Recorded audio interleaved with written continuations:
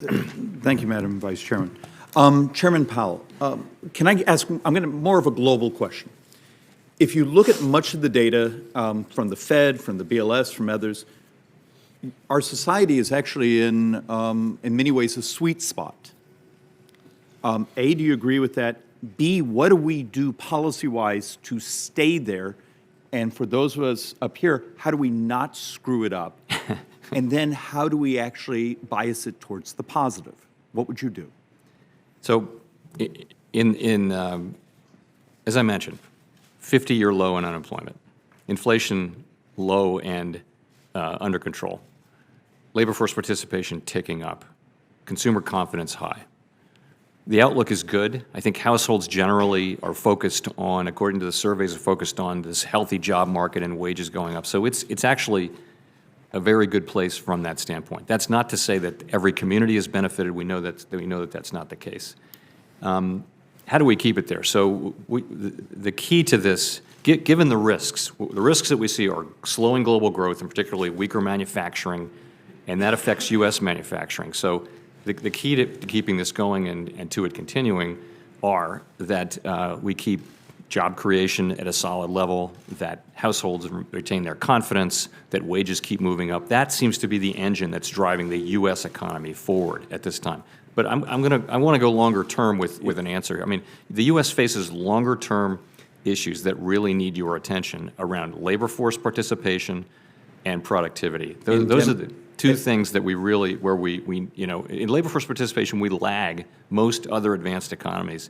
And that's something we can do something about. That really the Fed can't do much about. It's more about fiscal policy. That's support attachment to the labor force. So much of the policy that we all engage in here could be pushing up labor force participation. We're right now, what, about 63.3? That's right. Yeah. Which for some of our models of testimony we had as a committee a couple of years ago, we didn't think we'd get that far. But we've demonstrated that there is slack out there. Could you touch on what we could do in that demographic headwind that is where we are in the United States to also encourage that labor force participation? Incentives for someone that's older to stay in the labor force, getting millennial males to actually start to equal millennial females in the labor force. Well, I think what would you do? There's a range of policies, and they would appeal, I think, across the political spectrum. Some of them are about labor demand, some are about labor supply, and I think many of them would work. That's the great thing and I think for young males, it's going to be addressing the opioid problem. It's going to be skills and training and internships. We had a great meeting with a bunch of experts on internship programs recently. I think you're seeing older people stay in the labor force more and more. Their participation is moving up.